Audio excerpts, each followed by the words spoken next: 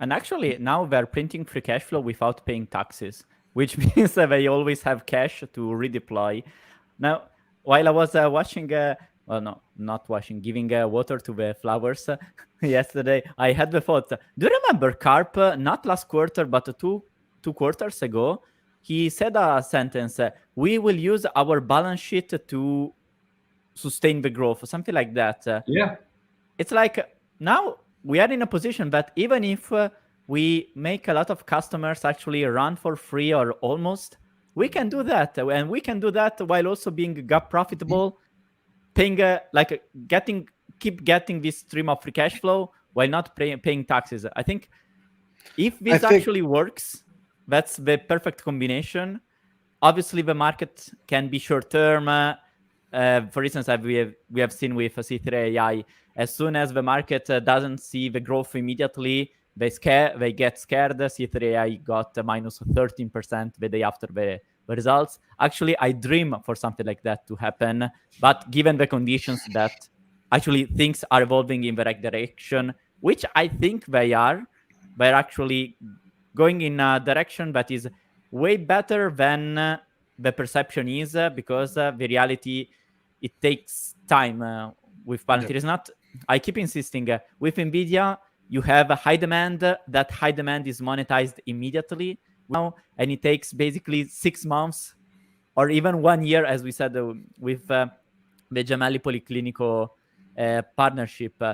The active link was there for 1 year, and then after 1 year, boom, official partnership. So everything, like demand now, output in 1 year. With NVIDIA is demand now, results now. This is very difficult for investors to actually And I don't grasp. even think the results are now. Like I mean, you guys know Nvidia is my largest position, but the reality is what jumpstarts everything is the hardware. Hardware is easy to put in a box to get better results, but do you know what to do with those results and actually get the desired outcome from an AI perspective? There's still this gap in the industry where people are like, okay, I got this H100 DGX box. I don't know how to use X, Y, and Z. And so that's why NVIDIA is packaging tons of services with their hardware so that value gets realized. You don't want shelfware. For results, I meant revenues. Yeah. So it's easy, right? Though it's easy, to your point. It's easy to say I got one part of the puzzle, whereas if it's software based, there has to be this human interaction. But and I think what's so important to realize as an investor is they understand that, and so when they're working with you as a forward deployed engineer, they don't want to walk away with you unless you are truly satisfied and you've seen the ROI. And that is unheard of in the industry. Like, people aren't willing to lose money up front to gain a customer. Like, that's just not very popular, but that's against the Silicon Valley mindset. There's several things I wanted to follow up on specifically, and going back to kind of the talk about the sales, and I hate to kind of go back to that, but the go-to-market strategy everyone was kind of complaining about. There's a reason why Rolls-Royce only advertises at aircraft shows, and they don't make commercials on the television, right?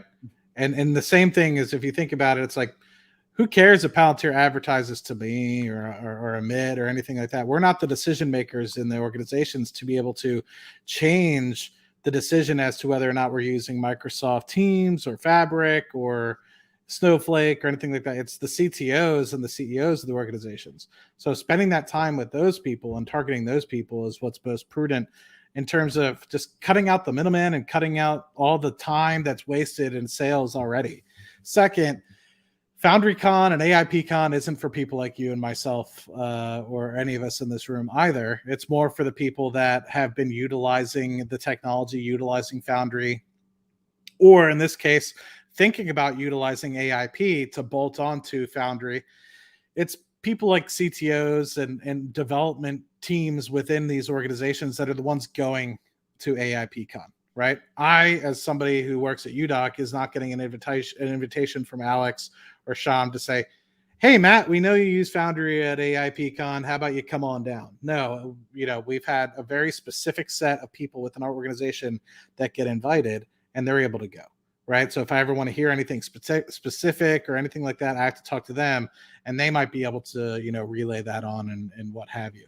Thirdly, surprised I didn't say Amit on the list of speakers at AIPCon, so that's a shame. Maybe next time. And then fourthly, kind of onto the discussion that we were currently just having, specifically about crap. I just kind of missed it.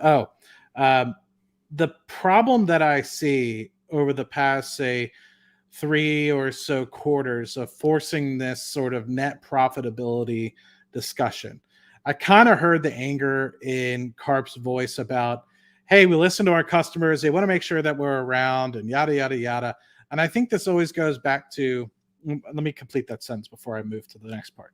Want to make sure we're around for the long term if they are going to, say, switch to their software and everything to using Palantir, because running at a net deficit in terms of income, people can't be sure that you might go bankrupt or what have you. So unfortunately, you have to play this game of, hey, we're a profitable company. And so instead of running at a net negative just because you're trying to grow and everything the like, which I think we'd probably be in a further along place in terms of revenue growth and being able to continue on the path of deploying more AIP or potentially deploying more products. But here we are trying to play this balance of, nope, we have to maintain net income to make sure everyone's kind of happy on Wall Street and all this other crap. It's like, you didn't see Amazon playing that damn game, right? Amazon and Jeff, they were just like, you know what? You're either on board with this or you're not. So unfortunately, I feel like we're probably further behind. Yes, we might be closer to S&P 500 inclusion, but in the long term, if you're playing that, like, this is the problem that I kind of have. You are now trying to bend the company to an extent to fit into this Wall Street box, when in reality they should have stuck with what they were doing, which is focusing 10 years down the road. You don't know what the internal culture was there, though. You know what I mean? Like, at the end of the day, what makes Palantir special? It's the people there. Like, the people make the product and make the culture and continue to evolve it. So we don't know how hard people were pressing about, like, dude, my stock is not returning anything. Like, I'm down negative 50%. Like, you want to keep me? Figure out how to get the stock to $15 because it's at 6 after 10 years or 15 years. Yeah, like I don't know if you guys sign up. No, let's not play that game, because if you ever looked at the private sales that were going on internally at the organization prior to the direct listing, they were selling for $1, $2, $3, and it wasn't until that they announced that they were going to start going to direct listing that shares internally at the organization were starting to sell at $5-6. But right? I'm just and saying, then they direct listed at 10. In general, like, new talent that's acquired, right? When they were acquiring for the last 3 years, because there was a whole bunch of sell of stocks this past week. I don't know if you guys subscribe to the SEC alerts, but they had directors. The CFO just sold a whole bunch of shares this month. I don't, that's one of those things where you don't know why they're selling, if it's because of tax implications or whatever it may be.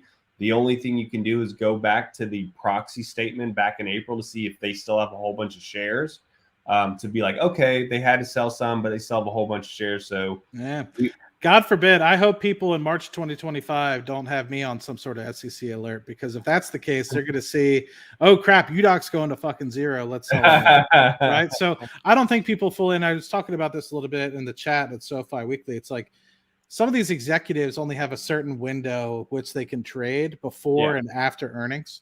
And I don't think people fully recognize that, right? I was on a team within UDOC that actually created some of the earnings reports for UDOC that would go up to the executive team, and then they would actually be the ones that relay that to the investors and the quarterly conference calls.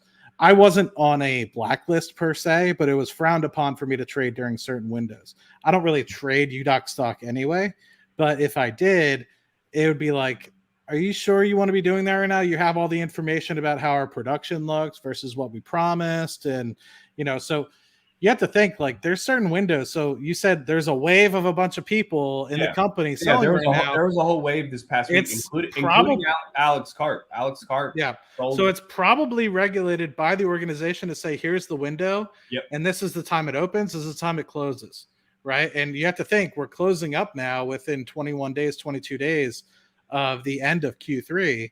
right? To that point, at the end of Q3, they kind of know the numbers. They probably can't sell until the middle of Q4 again, right? Because things are kind of closed. Things are starting to come in with respect to actuals and stuff like that. You keep in mind, we're getting ready to submit all of our 3Q actuals and stuff like that in term of UDOC, right? So we're doing our forecast for 4Q, all that sorts of stuff. So all those numbers are starting to come in for all these different companies around the globe. So I think like people were talking about, oh, somebody sold on SoFi this week, and somebody sold, and it's I love hearing this bunch of nonsense because in reality you can't tell what it really is. You don't know the parameters exactly to what all is happening. So what I'm looking for, are we growing customers? Are we growing new products? Is our retention high? And are we fiscally responsible and growing free cash flow? And we're doing all of those things. So I think you just got to be patient. I think everyone here hopefully is patient. I know on the video is, but I'm excited. This week was a great week for Palantir. This is one of the best episodes we've ever had. I mean, you guys killed it just in terms of technically explaining all of this stuff deeply for retail investors. And look, if everything turns out to be the way it is, it's episodes like this that investors can point to when they were listening to make some of those decisions.